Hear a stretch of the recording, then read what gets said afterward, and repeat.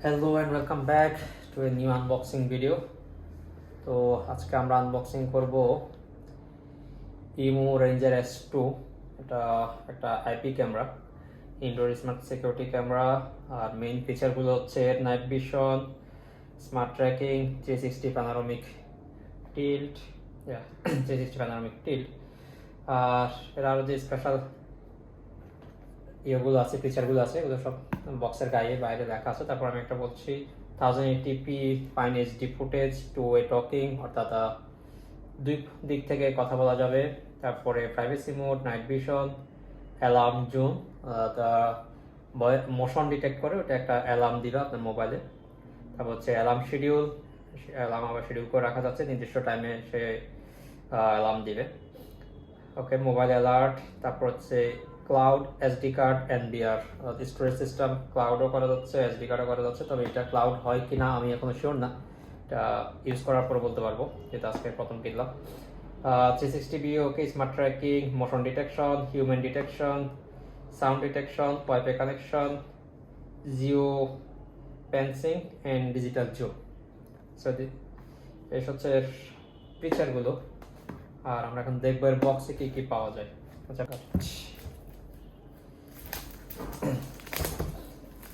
small wrapping. So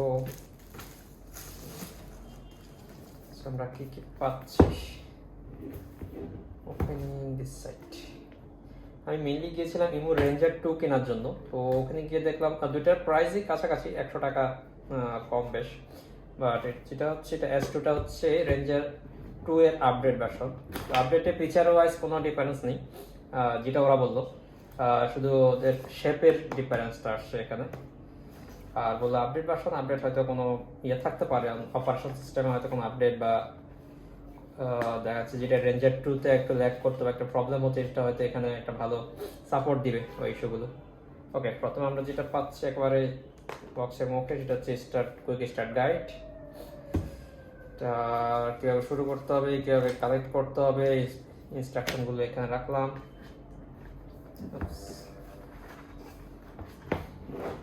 একটা ছোট box না, বক্স শেপে কিছু নেই, এটা জাস্ট খালি এদিকে দেখে ভাবলাম কিছু থাকবে। এই হচ্ছে আমাদের মেইন ক্যামেরা পার্ট, এদিকে রাখি। আর কি কি পাই একটু দেখে নিই। আর একটা বই পেয়েছি, সেটা সম্ভবত ওয়ারেন্টি রিলেটেড কিছু হবে। তো মেনি লেখাপড়া। Then the bottom part, the bottom support, packaging support. এই হচ্ছে বাটন ইনস্ট্রুমেন্ট এখানে। ওয়েল, এদিকে একটা স্টিকার টাইপের কিছু একটা দেওয়া আছে, বাট স্টিকারটা কি কাজে সেটা দেখে হয়তো পরে লাগবে। এটার একটা সিরিয়াল নাম্বার দেওয়া আছে, সম্ভবত ক্যামেরার কোনো সিরিয়াল নাম্বার কিনা দেখতে হবে। ওকে, চার্জিং অ্যাডাপ্টার,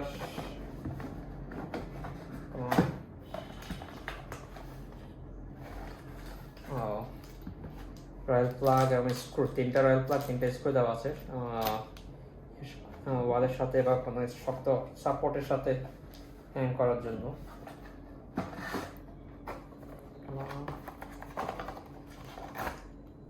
ওকে, বক্স এমটি। এই থেকে যেটা হচ্ছে চার্জিং কেবল। চার্জিং কেবলটা কিন্তু বেশ বড়, এটা একটা ভালো দিক, ভালো কাজ করছে যে চার্জিং আউটলেট যে সবসময় কাছাকাছি থাকবে তা না। সো বেশ বড় একটা চার্জিং কেবল আছে। আর চার্জিংটা হচ্ছে ইউএসবি, আচ্ছা আমাদের পুরনো যে স্মার্টফোনের চার্জার আগেরগুলোর, USB-C না, ইউএসবি। আর এটা হচ্ছে ক্যামেরা মাউন্ট করার সাপোর্ট, কোনো স্ট্রং সারফেসের উপর এটা এই যে স্ক্রু দিয়ে লাগিয়ে তারপর ক্যামেরাটাকে মাউন্ট করা যাবে মেইন ক্যামেরা বডিতে।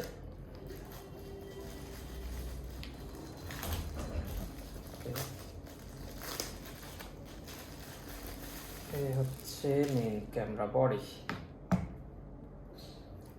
সো ক্যামেরা বডিতে যেটা হচ্ছে এদিকে ক্যামেরা লেন্স, পিছনের দিকটা আছে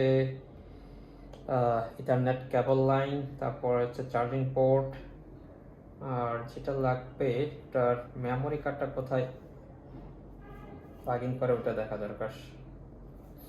এটা মাইক্রো এসডি মেমোরি প্লাগইন আছে, বা চারিদিকে স্পিকার আছে, কিন্তু ভয়েস টু ওয়ে কানেকশন ইয়ে করার জন্য, যেমনটা বলছিলাম এটা সাপোর্টের জন্য। এটা হচ্ছে জাস্ট এইদিকে হবে।